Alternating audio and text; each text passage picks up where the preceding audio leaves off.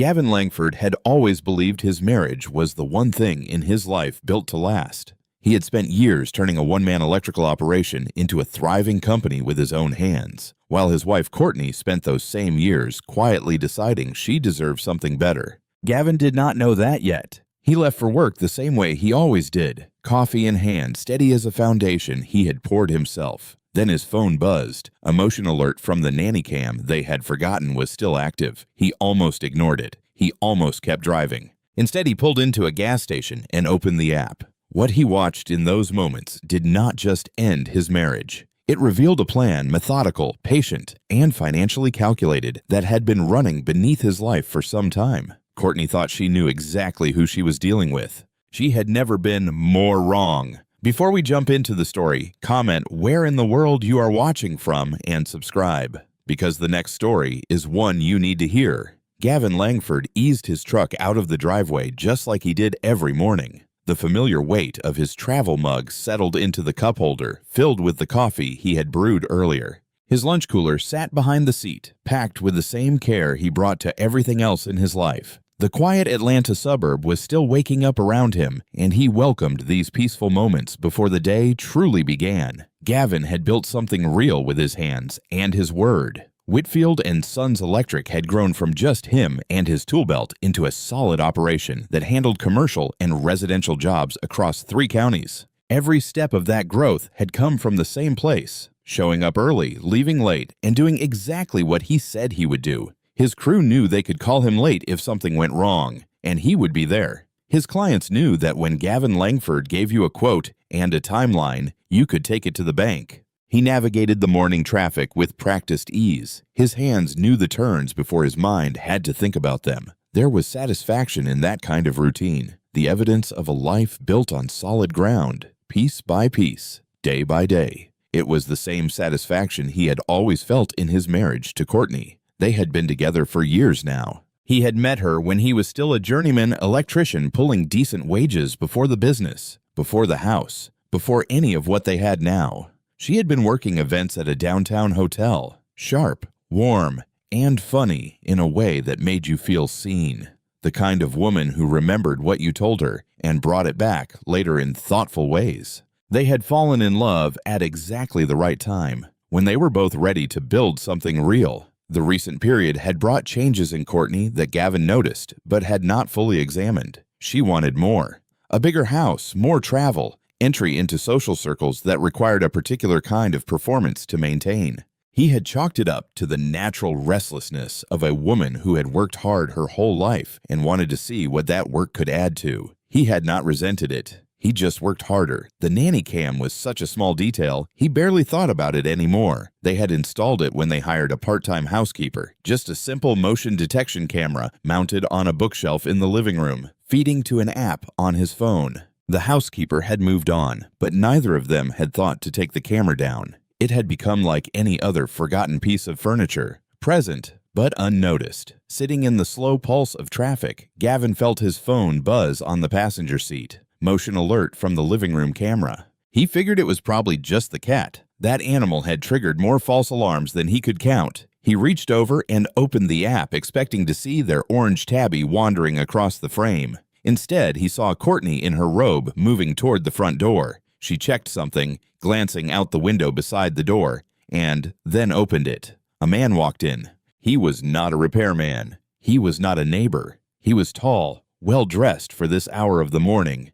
And he moved through the doorway with the easy confidence of someone who had crossed that threshold many times before. He pulled the door shut behind him. Courtney stepped into his arms. He kissed her on the mouth. Gavin watched the footage. Then he locked his phone and stared through the windshield at the car ahead of him. The light had turned green. He did not move until the car behind him sounded its horn. He pulled into a gas station. He sat in the parking lot with the engine idling and the coffee going cold in the cup holder. Time passed. He did not call Courtney. He did not call anyone. He sat perfectly still, doing what he had always done when something went wrong on a job site. He resisted the impulse to act on the first thing he felt, and he waited until he could see the shape of the whole problem. Then he pulled back onto the highway and drove to work. Gavin arrived at the job site just as the morning sun was breaking over the horizon. He parked his truck, grabbed his tools, and walked through the familiar motions of starting another workday. His foreman, Dwayne, was already there, coffee in hand, going over the day's assignments. "Morning, boss," Dwayne said, then paused, studying Gavin's face. "You all right? You look a little off." "Did not sleep well," Gavin said, the lie coming easily.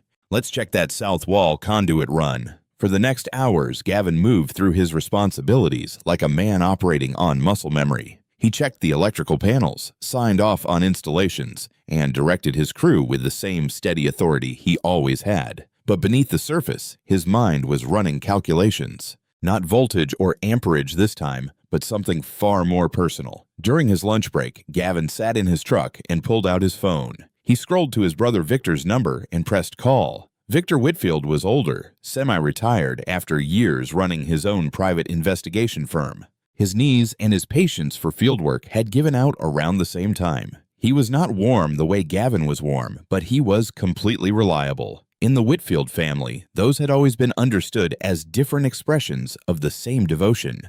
"What is wrong?" Victor asked, picking up the tension in his brother's silence. Gavin did not tell him what he had seen. He asked a single question. "If I needed to know everything about a situation, how long would it take you to get it for me?" Victor was quiet for a moment, weighing the gravity in his brother's voice. Then, "Give me some time. I will send you what I have tonight." That evening, Gavin pulled into his driveway to find lights on and music playing from the kitchen. Courtney was at the stove stirring something that smelled like the chicken dish she had perfected years ago. She looked up when he walked in, her smile bright and genuine, or at least genuine enough that the difference was not immediately visible. "How was your day?" she asked, coming over to kiss him hello. Her hand lingered on his arm, the gesture of a woman who loved her husband. Gavin felt the touch like a burn. "Busy," he said, managing a tired smile. "That new commercial project is keeping us on our toes." They ate dinner together, and Gavin listened to her stories about work, about lunch with friends, about plans for the weekend. He asked small questions, gave appropriate responses, and showed nothing on his face that would tell her anything had changed. After Courtney fell asleep, Gavin sat at the kitchen table with his laptop open. The camera app's interface was simple, a rolling archive of motion-triggered clips. He started at the beginning and worked forward, fast-forwarding through empty rooms and cat wanderings, stopping whenever the motion log showed activity during his work hours. What he found stole his breath in a way the morning's discovery had not. That had been a single wound. This was something else entirely. The man, the same man every time, had been coming on mornings for some time. The footage showed him arriving within minutes of Gavin's departure, staying for a while, leaving before noon. He moved through Gavin's house with the ease of repetition and comfort. He sat in Gavin's chair at Gavin's kitchen table. He left coffee cups on Gavin's counter. In one clip, he answered his phone and walked through the living room while Courtney finished getting dressed down the hallway. Utterly at home in a space that was not his. Then Gavin found the clip that made his blood run cold. Courtney was on her own phone call, laughing that unguarded laugh she used with people she trusted. She said something Gavin could not quite make out, and then words that stopped his heart for 3 full beats. He has no idea. He never does. Gavin closed the laptop. He sat in the dark kitchen for a long time, perfectly still. Then he opened a new email and addressed it to Rachel Bennett, the attorney who had handled Whitfield & Sons Electric Incorporated and who Gavin had trusted for years. He typed 3 words, "I need you." He went to bed without saying a word to Courtney. He lay beside her in the darkness, not sleeping, but completely still, because he had already made his first decision. Grief would not set the pace of what happened next. This was his situation now. He would own every move. Sometime after making the call to Victor, Gavin sat alone in his office, the evening sun casting long shadows through the blinds. His crew had gone home for the day, their tools packed away, the job sites quiet.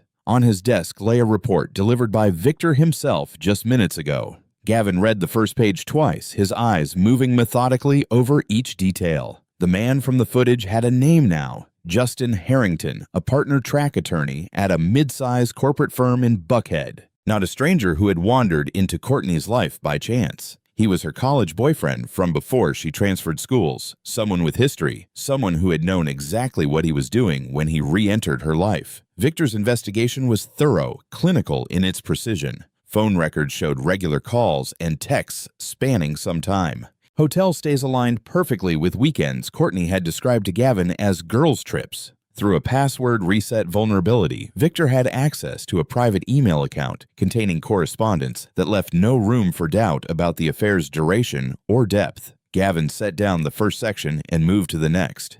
His hands were steady, but something cold had settled in his chest as the full picture emerged. This was not a recent mistake, not a moment of weakness or confusion. This was sustained, deliberate, planned. Then he reached the part that changed everything. Courtney had attended a meeting at a financial planning firm in Sandy Springs, alone.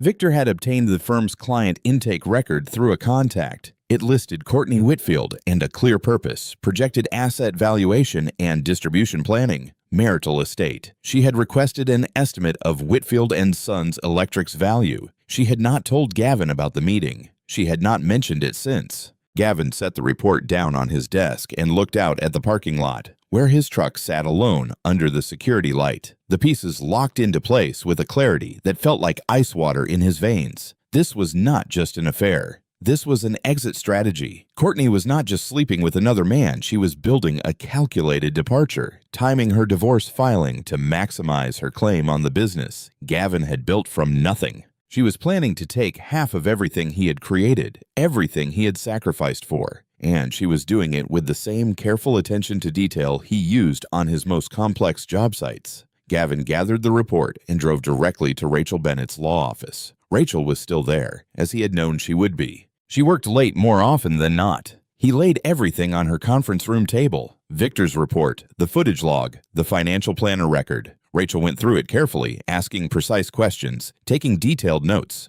When she finished, she leaned back and outlined exactly what they were facing, how Courtney would likely characterize the marriage, what arguments her lawyers would make about the business valuation, what tactics they would use to maximize her share. "She will claim emotional abandonment," Rachel said, tapping her pen against her legal pad. "She will say you were distant, focused on the business, that she supported you through the lean years and deserves to share in the success. The business valuation will be weaponized to support her position." "What can we do?" Gavin asked. Rachel explained the options available within Georgia's equitable distribution framework, legal moves they could make to protect the business, to document the affair's timeline, to establish Courtney's pattern of deception. None of it was simple, but all of it was possible. "How long do we need?" Gavin asked, his voice level. Rachel said some time to do this correctly. Gavin nodded once. "Then that is what we will take." He drove home in the October dark, his headlights cutting through the familiar streets of his suburb. Courtney was watching television when he walked in. He sat beside her on the couch, and she tucked her feet under her and leaned against his shoulder, the way she had for years. Gavin let her stay there, feeling the weight of her against him. On in, because the plan had already started moving beneath the surface. His grief did not get to be the loudest thing in the room anymore. He had work to do. Gavin's alarm buzzed the morning after meeting with Rachel. He lay still for a moment, looking at Courtney's sleeping form beside him, and felt the strange disconnect between what he knew and what he had to show. Then he got up, quiet and practiced, and went to make coffee. The routine was familiar: measuring grounds, filling the water reservoir, pressing the button. He moved through it mechanically while his mind mapped out the performance ahead of him. Some time of careful acting, being the husband she thought she had successfully deceived.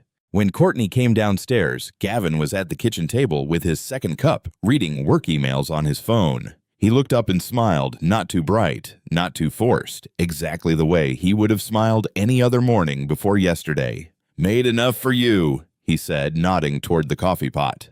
She poured herself a cup and kissed his cheek as she passed. The gesture so natural, it made something in his chest tighten, but he kept his face neutral, asked about her plans for the day, discussed what time he would be home. That evening, he stopped at the grocery store and bought flowers, yellow daisies, nothing dramatic, the kind of casual thoughtfulness that fit their normal pattern. Courtney's face lit up when he handed them to her, and he wondered if she felt any dissonance between accepting his gestures and planning her exit. The days began to stack up, each one a careful construction. Gavin attended dinner parties with their usual crowd, laughing at the right moments, telling the familiar stories about his cruise adventures on job sites. He suggested a weekend trip to Savannah that they discussed, but never quite managed to schedule. He remembered to pick up the dry cleaning when it was his turn. Meanwhile, beneath the surface, the real work progressed. Rachel moved methodically through the business restructuring, shifting certain operational assets within completely legal parameters that would fundamentally change how the company's value would be calculated in any future proceedings. They were not hiding assets.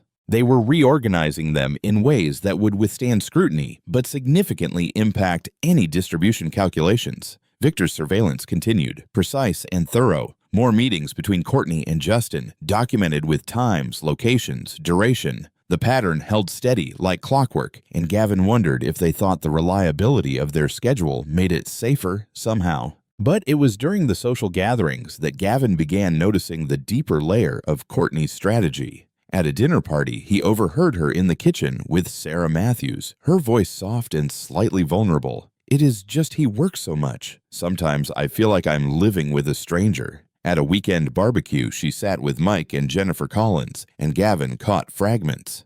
"Trying to tell him how I feel, but—" A pause, a sigh that suggested more than it said. He started tracking which couples received these conversations. The Collinses, the Matthews, the Reeses. Each time, the same careful construction. Courtney as the loyal wife trying to hold together a marriage to an emotionally distant husband. She was building her narrative foundation, preparing the social ground for the moment she would need sympathy rather than judgment. Gavin said nothing. He smiled at the right moments, asked about people's children, discussed business with the husbands. He watched Courtney work the room with the same skill she had always had, except now he could see the strategy behind every casual comment, every confiding moment. The only people who knew the truth were Victor, Rachel, and after a long Sunday afternoon conversation, his mother, Marlene.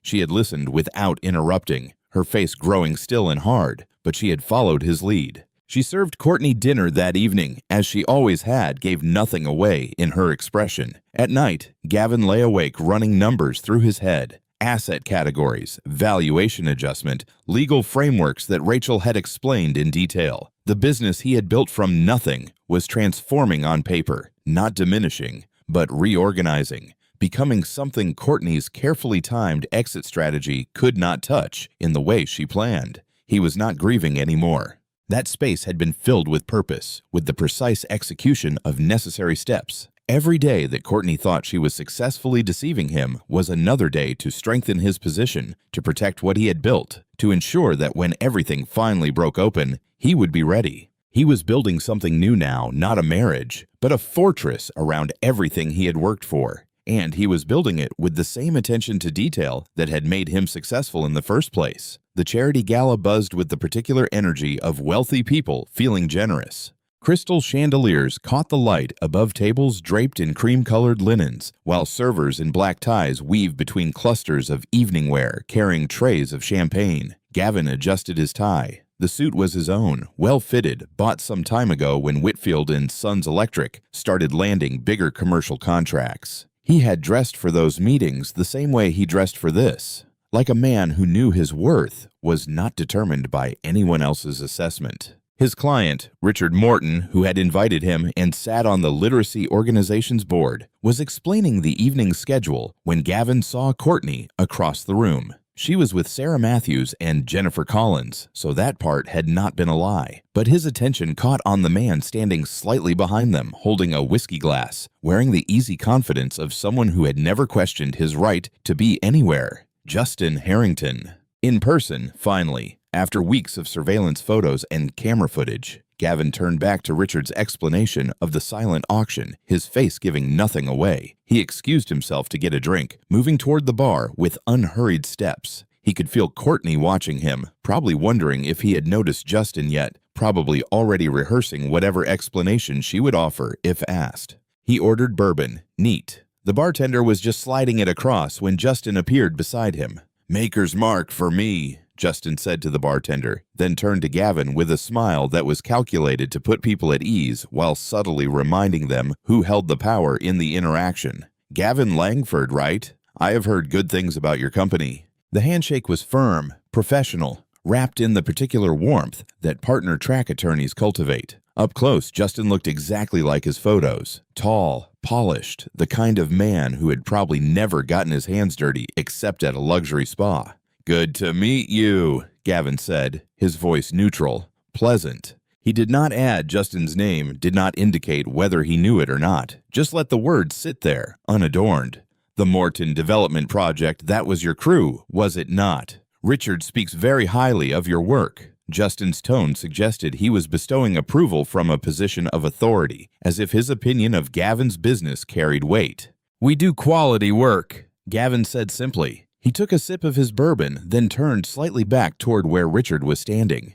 "If you will excuse me." The dismissal was subtle, but clear. He caught the flicker in Justin's expression, surprise at being released from the conversation before he had decided it was finished, quickly masked by the assessment that this was simply evidence of Gavin's social limitations. Gavin moved back to his client, rejoining the discussion about the upcoming phase of the Morton project. He did not look back at Justin, did not acknowledge Courtney across the room, did not give either of them anything to read. Later, driving home with Courtney beside him, she mentioned casually that she had seen him talking to that attorney from the Morrison firm at the bar. Her voice was carefully neutral. "Seemed like a friendly guy," Gavin said, matching her tone exactly. Sometime later, sitting in his truck outside the office, Gavin opened the text from Victor. The attached report was thorough, devastating in its precision. Withdrawals from their joint savings account spread across some time.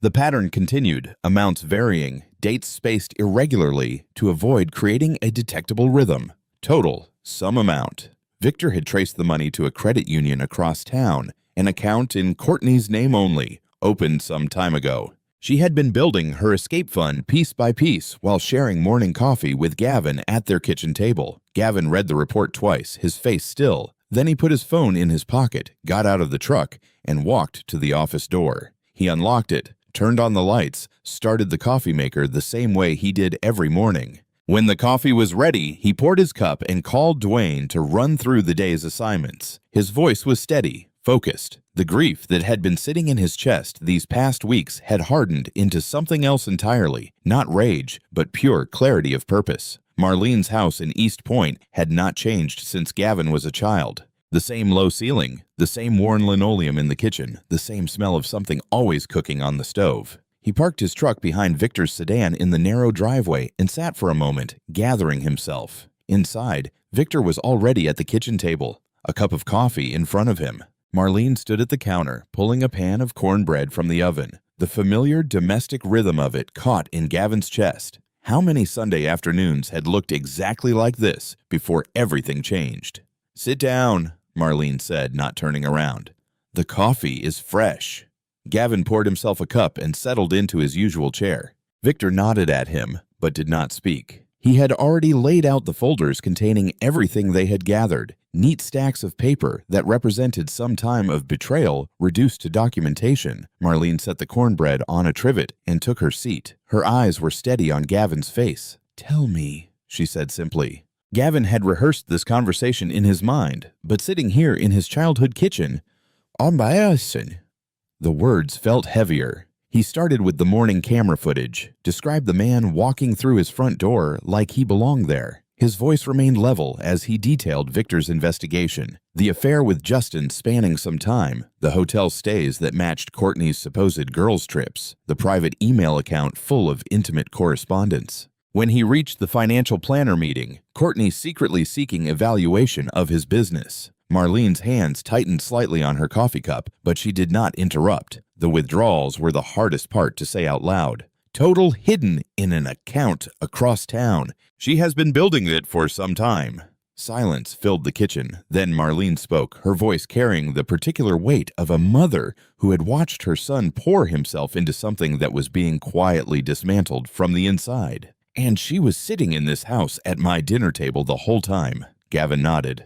Victor reached for his phone and dialed Rachel's number. Putting it on speaker, Rachel's voice was clear and professional. As she outlined the legal strategy they had built, the documentation package was comprehensive. Affair evidence, financial records, everything properly logged and witnessed. The hidden account withdrawals constituted dissipation of marital assets under Georgia law, which would allow the court to compensate Gavin from Courtney's share of the settlement. The business restructuring completed over the past time, all completely legal, had effectively neutralized the valuation argument Courtney's attorney would try to make. The petition is ready to file. Rachel continued, "The process server will arrive at the house. Gavin, you will be documented at your job site. Once the papers are served, all communication from her routes through my office. No direct contact." Marlene listened intently, her face showing nothing but the focused attention she had always given to important matters. "There is one more thing," Gavin said when Rachel finished. "The night before we file, I am having dinner with her." Victor looked up sharply. Marlene's eyes narrowed slightly. "I need to look her in the eye," Gavin continued. "Give her one chance to tell me the truth on her own terms. Not because it changes anything. The filing happens regardless. But I need to know if she is capable of honesty when honesty costs her something." The kitchen was quiet, except for the soft hum of Marlene's refrigerator. Through the window, late afternoon sun caught the edges of the cornbread pan still cooling on the counter. Marlene studied her younger son's face, the same face she had watched grow from boy to man, the same quiet strength she had always seen in him. "You already know what she is going to do," she said softly. Gavin met his mother's eyes. "I know," he said. "I need to see it anyway." He drove home in the gathering dark, streetlights coming on along the familiar route. The weight of the afternoon's conversation settled around him like a heavy coat, not crushing him, but reminding him with every breath what he was carrying. Gavin stood at his kitchen counter, methodically peeling shrimp as steam rose from the pot of grits simmering on the stove. His movements were practiced, efficient, the same way he approached every task that mattered. The andouille sausage was already sliced, waiting to be added to the sauce he had started. A bottle of Courtney's favorite Chardonnay breathed on the counter. The familiar rhythm of cooking settled over him. This dish had been Courtney's favorite since their third date, when he had first made it for her in his old apartment's tiny kitchen. She had sat on his counter then, legs swinging, watching him cook with genuine fascination. "Where did you learn to cook like this?" she had asked. And he had told her about Marlene teaching him and Victor when they were boys, insisting her sons would never depend on anyone else to feed them properly. Now, years later, Gavin moved through the same motions in a different kitchen. The house was quiet except for the soft bubbling of the grits and the steady tap of his knife against the cutting board. He had set the table properly, the good plates, wine glasses, cloth napkins.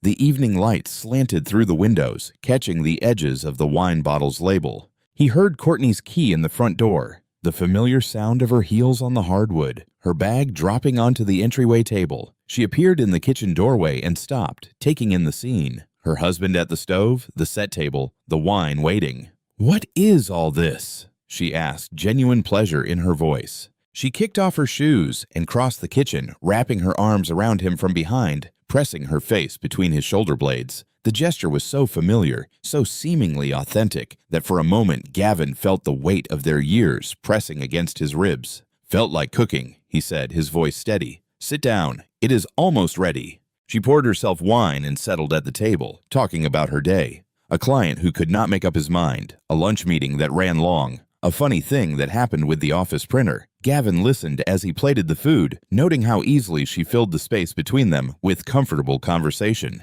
Her laugh was real, her gestures natural. She had lived inside this marriage so long that performing it had become indistinguishable from inhabiting it. They ate.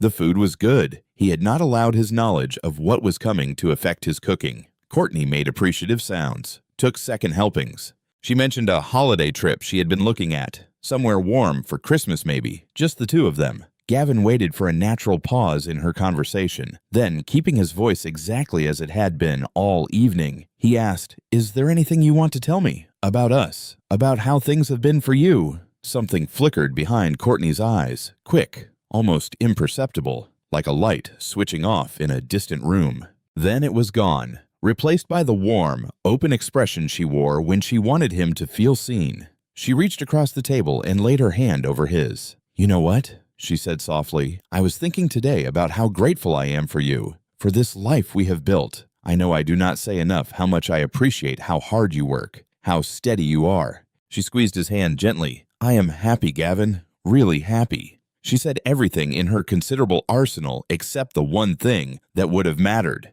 Every word was perfectly chosen, precisely delivered. She had always been gifted at that, knowing exactly what to say, how to say it, when to deploy it. Gavin nodded. He refilled her wine glass, Tell me more about this holiday trip you are thinking about. They finished dinner. They watched television on the couch. Courtney fell asleep against his shoulder before long, the way she had countless other nights. Gavin waited until her breathing was deep and regular before carefully extracting himself. He went out to his truck and sat in the dark driveway. The neighborhood was quiet around him, streetlights casting long shadows across lawns. He was not crying. That door had closed some time ago, sealed by the withdrawals and some time of calculated deception. When the cold started seeping through the windows, he went back inside. He did not return to their bedroom. He took a blanket from the hall closet and settled on the couch, setting his alarm for his usual early hour. The next morning, Gavin pulled out of the driveway. He did not look back at the house. In truth, he had already left it. Gavin pulled his truck into the construction site, the same time he arrived every morning. The half-finished commercial kitchen gleamed under temporary work lights, conduit exposed along partially framed walls. Dwayne was already there with two of the newer crew members going over the day's assignments. "Morning, boss," Dwayne called out, clipboard in hand. Gavin nodded, shrugging into his work vest. The familiar rhythm of the job site settled around him. The steady thrum generators, the metallic clang of tools being unpacked, the easy banter of his crew. He moved through his normal routine, checking the previous day's work, signing off on material deliveries, answering questions about the conduit layout. While Gavin was examining a junction box installation, his phone vibrated briefly in his pocket. Rachel's filing had gone through. He kept working.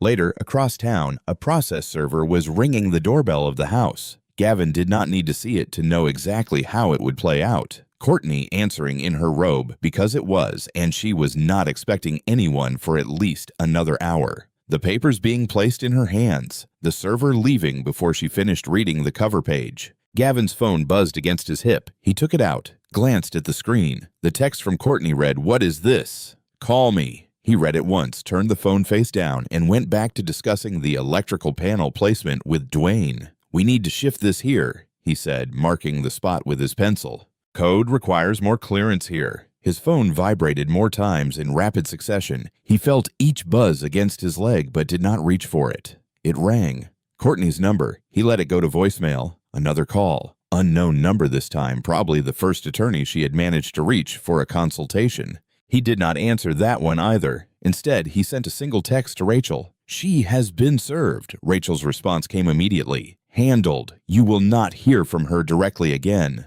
Gavin spent the next hours working steadily through his morning checklist, approving material orders, coordinating with the general contractor about schedule changes, walking the site with his crew leads to ensure every installation met his standards. His phone stayed in his pocket, silent now that Rachel's office was intercepting all incoming calls from Courtney's numbers. At noon, he drove to a diner. Victor and Marlene were already in their usual booth. Coffee ordered, menus on the table, and a slice of peach pie in front of Marlene that she had started without waiting. "They changed the recipe," Marlene announced as Gavin slid into the booth. "New owner thinks adding nutmeg improves it. He is wrong." "The coffee is better, though," Victor offered, pushing a mug toward Gavin. They ordered. Club sandwich for Victor, patty melt for Gavin. Marlene worked on her pie and told them about Gavin's nephew Danny, finally deciding on Georgia Tech for engineering. "Like his uncle," she said, glancing at Gavin with quiet pride. "Dwayne set a date for the wedding," Gavin mentioned between bites. "Early. Asked me to be there." "Good man, Dwayne." Victor nodded. "Been with you what? Some years now?" "Going on," Gavin corrected. "Helped me wire that whole medical complex on." They discussed the diner's new ownership. Victor insisted the home fries had improved. Marlene maintained nothing was as good as it used to be. Gavin stayed neutral and finished his sandwich. The conversation moved easily around the empty space where Courtney's name might have been. There was nothing left to say about her that mattered. When the check came, Marlene insisted on paying. "Mother's privilege," she said firmly, the way she had been saying it since Gavin and Victor were boys. Back at the job site, Gavin's crew was already returning from their own lunch break. Dwayne had the afternoon schedule mapped out. Panel installations on the east wall, conduit runs to finish on the north side. Gavin moved through the familiar motions of his trade, checking connections, verifying measurements, teaching the newer crew members the particular way he wanted things done. The afternoon proceeded without incident. marked only by the steady progress of work being done properly by men who knew their business. By later, they were ahead of schedule on the panel installation. Gavin signed off on the day's progress reports and watched his crew pack up, exchanging casual goodbyes and plans for the weekend. The conference room in Rachel's office offered a stark view of Peachtree Street through floor-to-ceiling windows. Morning traffic flowed stories below, cars catching glints of October sun. Gavin sat beside Rachel, a closed manila folder centered precisely on the polished table in front of her. His work clothes felt out of place against the leather chair, but he had come straight from a job site, and he was not interested in changing for this. At the time, Rachel's assistant opened the door. Courtney walked in first, wearing a cream-colored blazer that Gavin recognized, something she had bought for a charity board meeting some time ago. Her attorney, Sarah Gaines, followed with a leather portfolio tucked under her arm. Both women moved with the particular careful dignity of people who had rehearsed their entrance. Courtney's eyes met Gavin's for a fraction of a second before sliding away. Her makeup was immaculate, but could not quite hide the shadows beneath her eyes. She had been crying recently. "Thank you for agreeing to meet," Gaines began, setting her portfolio on the table. "We believe there is room for productive discussion before Rachel opened the folder." What followed was not a negotiation. It was not even truly a conversation. It was Rachel Bennett doing what Rachel Bennett did best, presenting documented fact in the same flat, procedural tone she used for everything, because the material required no dramatic flourish to land with devastating effect. "We will begin with Exhibit A," Rachel said, sliding the first page across the table. "Security camera footage from the residence covering a period. We have provided a timeline marking specific dates and durations of Mr. Harrington's visits. You will note the pattern: mornings, arriving consistently within minutes of Mr. Whitfield's departure for work, staying for a while." Gaines began writing rapidly in her portfolio. Courtney's hands remained perfectly still in her lap. Exhibit B contains phone records documenting contact between Mrs. Whitfield and Mr. Harrington spanning some time. Exhibit C provides hotel receipts corresponding to weekends Mrs. Whitfield described to Mr. Whitfield as girls' trips. Exhibit D is a transcript of emails from a private account registered to Mrs. Whitfield. Rachel continued methodically through the evidence. Her voice never rose. Her pace never quickened. She simply laid out fact after fact, page after page, building a wall of documentation that sealed off every possible avenue of denial or reinterpretation. When she reached the financial section, Courtney's composure flickered for the first time. Courtney attended a consultation with Riverside Financial Planning in Sandy Springs. The stated purpose, as recorded in their client intake form, was projected asset valuation and distribution planning, marital estate, specifically Mrs. Whitfield requested an estimate of Whitfield & Sons Electric's market value. Mr. Whitfield was not informed of this meeting. Gaines leaned in to whisper something in Courtney's ear. Courtney shook her head once, sharply. "Finally," Rachel continued, "we have documented withdrawals from the joint savings account over some time totaling. The amounts were deliberately irregular to avoid pattern detection. The funds were transferred to an account opened by Mrs. Whitfield at Prairie Credit Union, an institution with which she had no prior relationship." The silence that followed felt physical. Traffic continued moving stories below. The conference room's climate control hummed quietly. Courtney stared at the table, her jaw set. Her hands remained still in her lap, the particular stillness of someone exerting significant control. Gaines wrote another note in her portfolio, then touched Courtney's arm gently. Finally, Courtney looked up. For the first time since entering the room, she met Gavin's eyes directly. What passed between them in that moment was not the love they had built over their years, and not the cold strategy of the past time,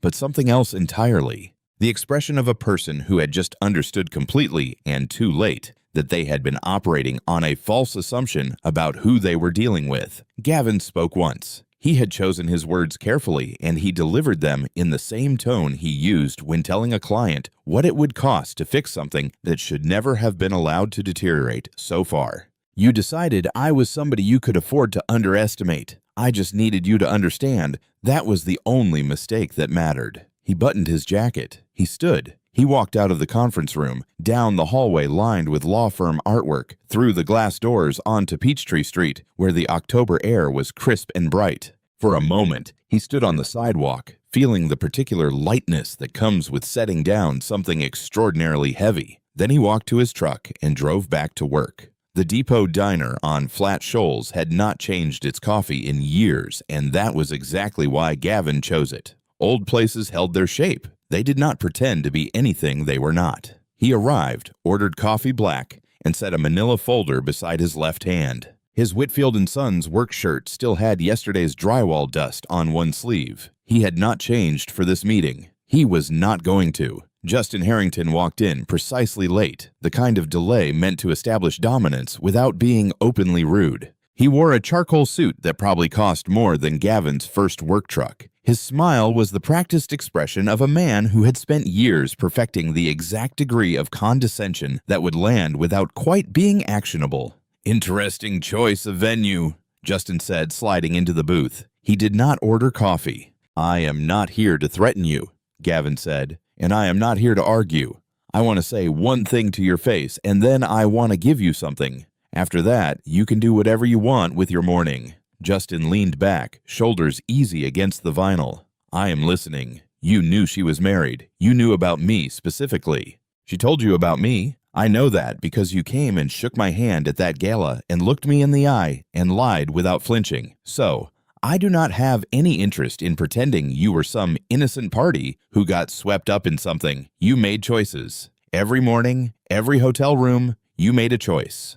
Justin's mouth opened. Gavin held up one finger, not aggressive, just, "I am not finished. I am not asking for an apology. I do not need anything from you emotionally. What I am telling you is that a man who will walk into another man's house and sit in his chair." Gavin paused just long enough for Justin to feel the weight of knowing that detail is a man who has decided the rules do not apply to him. And, in my experience, men who believe that tend to have built their entire lives on other people, not looking closely. Gavin slid the manila folder across the table. Justin looked at it but did not open it. "Go ahead," Gavin said. The first pages were printed email exchanges between Justin and a junior associate at his firm, Danielle O'Shea. In them, Justin had pressured her to falsify billing records on 2 client accounts. When she refused, he had threatened her career. Danielle had kept every email. She had also, it turned out, kept a recorded phone call. Victor had not gone looking for this.